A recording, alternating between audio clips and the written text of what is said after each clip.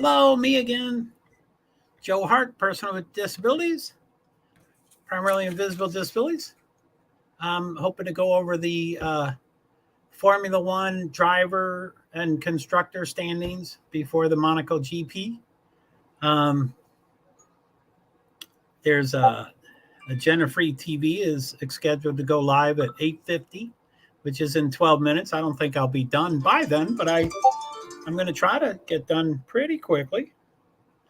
Anyway, let's see here. So we have hello and welcome. Hello and welcome.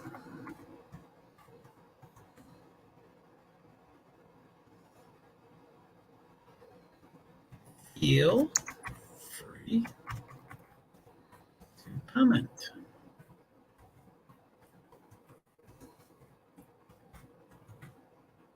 Free to comment. Thanks.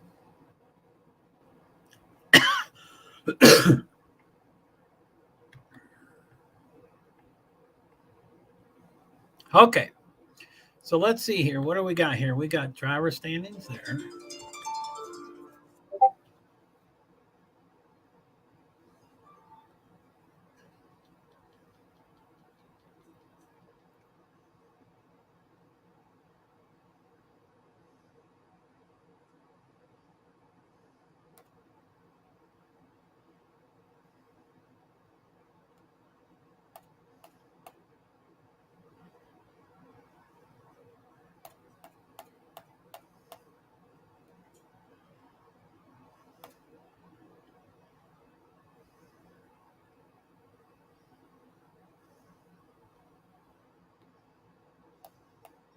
Okay. Let's take that banner down. And then let's present. Let's do driver standings. Okay, so here is 2023 driver standings after Miami GP. As we all know, the Emilia Romagna GP was canceled because of extreme flooding and duress to the area. The emergency population needed to focus on that instead of worrying about the celebrities that was at the VP, at the Formula One GP. So they canceled, which is good. And then, anyway, Koberger. Anyway, let's, So, let me go off screen. Now I can't see you, but you can still see me. So, okay, the 2023, I'm going to kind of group them together as I like to. Sorry, a little bright. Okay, so the 2023 driver standings, the first two are kind of grouped together. Max Verstappen is 119, Sergio Perez is 105, 14 points separating them. And then the next driver is 30 points. So I don't think they're close at all. Third driver seems to be alone. He's not close to second or fourth. Fernando Alonso is 75 points. And then Lewis Hamilton is by himself. He's not close to third or fifth. Lewis Hamilton is 56 points. And then we have four that are kind of grouped together. Let me get those all on the same screen here. I guess I'm reaching for the fourth driver. But anyway, so we have fifth place, Carlos Sainz at 44. Sixth place, George Russell at 44. Seventh place, Charles Leclerc, 34. Eighth, Lance Stroll, 27. So Sainz is ahead by 4 points to Russell, and Russell's ahead by 6 points to Leclerc, who's ahead by 7 points to Stroll. Not super close, but better than all the other people on the chart. So I grouped them together. Now, down at the bottom, I guess I did 10 and 8 points together. You know, I guess you could say they're together. So ninth is Lando Norris at 10 points. 10th is Pierre Gasly at 8 points. And then I grouped the 6 and 4 points together, 2 6 points and 2 4 points. So the 2 6 points is Nico Hülkenberg is 11th and Esteban Ocon is 12th. And the 2 4 points is Valtteri Bottas 13th and Oscar Piastri 14th. And then I think there's several 2 points. Let's see what that says. So 3 2 points, and then 1 point, and 2 0 points. So I grouped all of those together. So the 3 2 points are 15th Zhou Guanyu, 16th Yuki Tsunoda, and 17th Kevin Magnussen. All 3 of those have 2 points. And then the lone 1 point person, 18th place Alexander Albon, 1 point, and 19th. And then the final 2, 19 and 20th, have 0 points. So 19th Logan Sargent and 20th Nick DeVries has 0 points. Both of them have 0.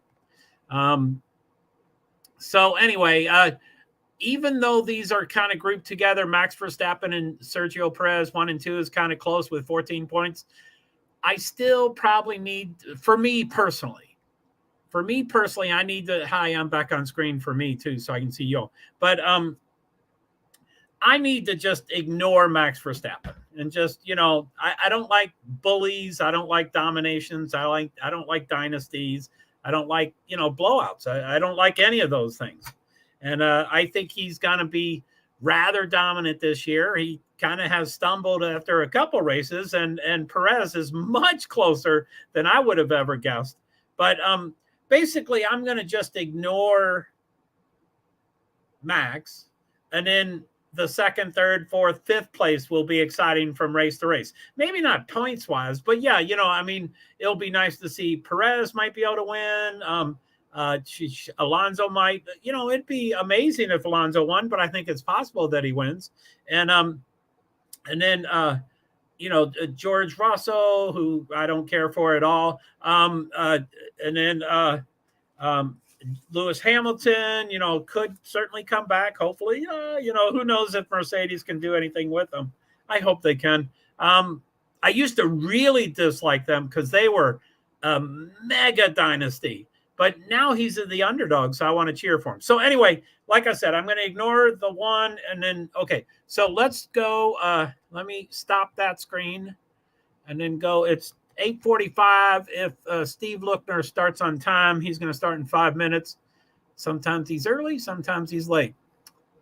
So I'll keep plugging. Let's see here. So present, share screen, constructor standings. Okay, so this is the constructor standings. There's 10 constructors or teams and owners, teams. And I'm going to go off screen, leave me on screen, and go through it. So, okay, same thing. I'm going to group them together. So, obviously, since Red Bull has the 1st and 2nd place driver, they're going to be very dominant. So they're by themselves. Red Bull Racing is 1st by themselves, 224 points. And then 122 points behind is Aston Martin 2nd. Now, they're only 6 points ahead of Mercedes, who's 3rd. So I grouped those together. 2nd and 3rd. Aston Martin and Mercedes, very close. That is nice. Mercedes is ahead of Ferrari by 18 points, so I don't think that's close. And then Ferrari is ahead of McLaren by 64 points. So I think Ferrari is by themselves. So Red Bull by themselves, Aston Martin and Mercedes together, Ferrari by themselves.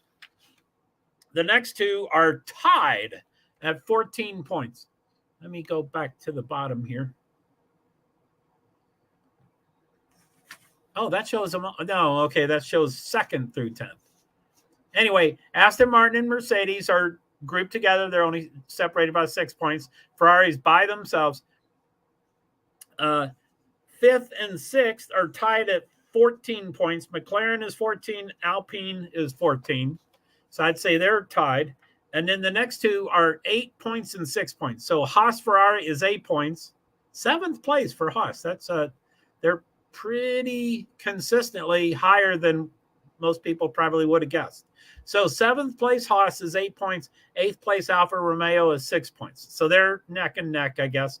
And then the bottom 2, AlphaTauri has 2 points and Williams has 1 point. So 9th place AlphaTauri, 2 points. 10th place Williams has 1 point. So anyway, like I said, Red Bull by themselves, Aston Martin and Mercedes together, Ferrari by themselves, McLaren and Alpine together, Haas and Alfa Romeo together, and AlphaTauri and Williams together. So that, I don't, this is pretty common for Formula One to have this much disparity between everybody, but I like to find groupings of people. But it is common that, you know, the last few years, it seems to be common that a team has scored 0 points after all the races of the season. I think these days they're scoring at least one somehow, but that's not parity. But anyway, so that's it.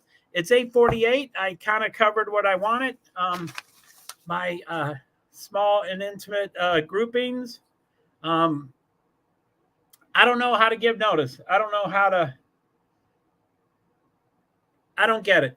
I don't know if I'm shadow banned or I'm shunned or I do it wrong or YouTube blocks me or I don't know what goes on. It seems really, really bleak. I feel really bleak. So that's when I need to get off.